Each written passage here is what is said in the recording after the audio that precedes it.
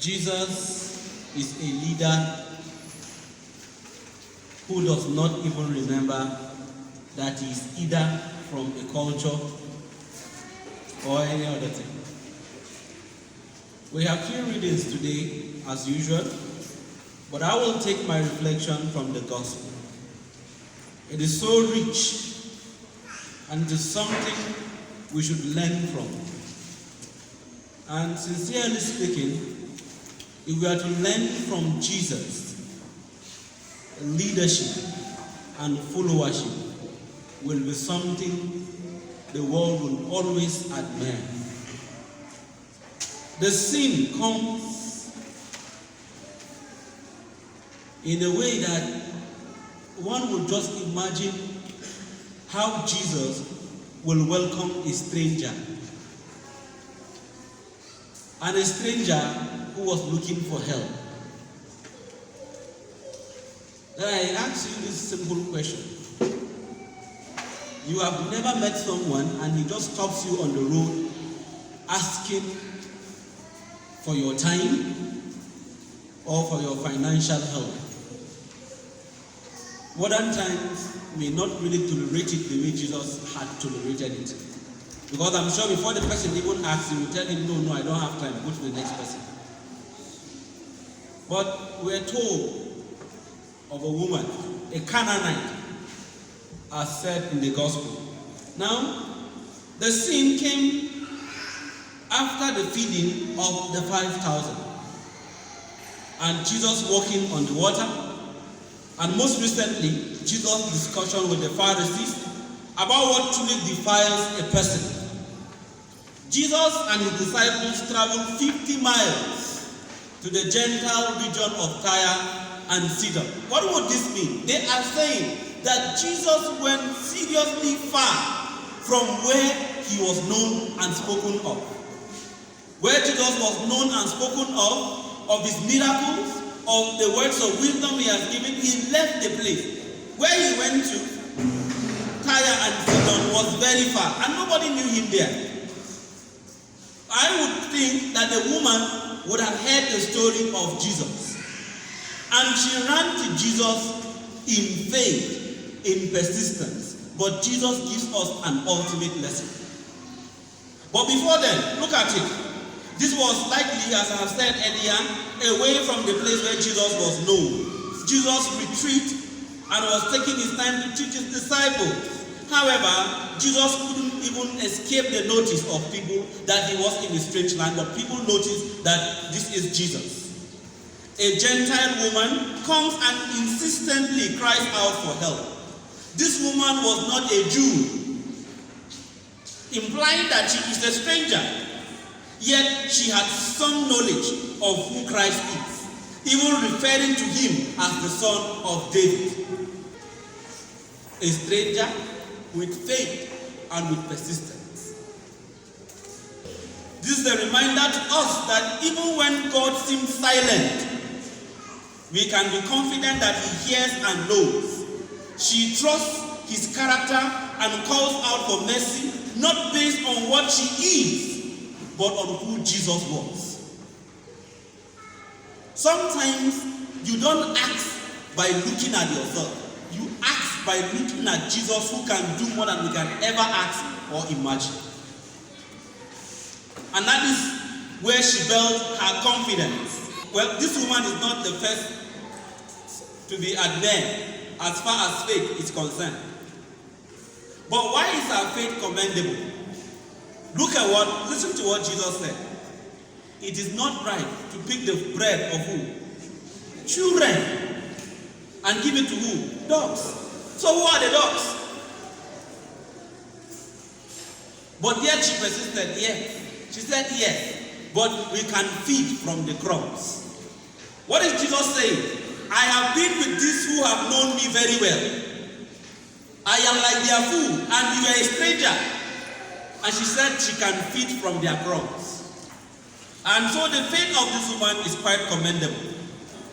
Already in Matthew's gospel, he has highlighted the pagan magi in Matthew chapter 2 and the Roman centurion in Matthew chapter 8, who showed incredible faith in who Christ was. The Old Testament is full of examples of Gentiles who showed remarkable faith. Rahab was one. Ruth and Naaman are just a few examples. Jesus reminds the woman that he hadn't come to her, but to the Jews. But then Jesus will not even think of the Jews alone, but will think of this woman. Dear friends, Jesus thinks of everyone. Jesus is the master who does not know discrimination. She doesn't take this lightly, but still presses Jesus by turning his metaphor around to explain why he should grant her petition. She humbly admits that she is unworthy and not really the right person to attain such favor. But yet Christ told her, I have come to the lordship of the house of Israel. Christ has come to you who you feel you are lost. He has come to meet you. And I tell you, Christ meeting us is not limited. Now, what lessons are we to learn from this? The first lesson is that Jesus does not discriminate. Now, this is a problem we have, discrimination. In other words, racism. That we have become racist of one another. The white man discriminates the black man, and the black man admires the white man. And do you know what? It is simply because accidental realities have placed others at more opportune countries or continents. And then we begin to admire them. For instance, I cannot admire a typical black man with his skin. I would rather admire a white man and even buy claim to be white. Look at what discrimination has done. It has made others inferior and others superior. It has made the world look different and while it is the same. And I say this. These are the words of the chairman of First Bank. His name is Ibokun Awosinka on the 14th of October 2009. And he said, he made this speech in France. He said, except the least of us is taken care of, the best of us cannot survive. We need each other. Take a child from every corner in the world, no matter their tribe, color, or their skin, their language, or where they come from, and put them in one room. And you will find them as a team, playing and supporting each other. Except you teach them otherwise. We need to get back to being children of the world again. Now, we are not children of the world. And we do not show the light because we discriminate. We discriminate so much that we feel that our skins are not even important. In Nigeria, it is a discrimination of wealth and poverty. There is a gap between the rich and the poor. No wonder every Nigerian admires wealth without even knowing the implications of wealth. And Jesus today met a Canaanite. This Canaanite should be very poor, I am sure. But he met her and granted her desire without discrimination. Dear friends, we discriminate one another. We discriminate so much, honestly, and we feel that others are better than others, forgetting that God has made a humanity that is equal and has made in what we call the theory of functionalism in sociology, that everybody has a function. There are those who will be bankers, there are those who will be lawyers, there are those who will be priests, there are those who will be mechanics, and so on and so forth. But it is one humanity. And uniquely bless everybody. But we don't believe in that. We don't believe in that. We rather discriminate each other and we do not see the relevance of each other. And I want to say this. If only political appointments are given by qualification, our Nigeria would have been better than what it is. But it is not given by qualification, but by tribal inclinations. We have various cliques in the country, and these cliques suggest that there is a diversity in the humanity that God has made one. If he is not my tribal brother, he won't have this position. If he is not from this local government, he can't have this position. Dear friends, when you were created, did you decide with God where you want to be? What country you want to come from? What local government you want to come from? Unless we get out of this mentality, we will never be better in this country, and we will never make the church a home for all of us. Because you hear politics that are shameful, very shameful, and it is not right. If as a country we need leaders and we have asked God to bless us with leaders, we must open our mind to accept every kind of leadership and not begin to vote because he is from my local government. Let me even ask the question, that he is from your local government, has it changed your level?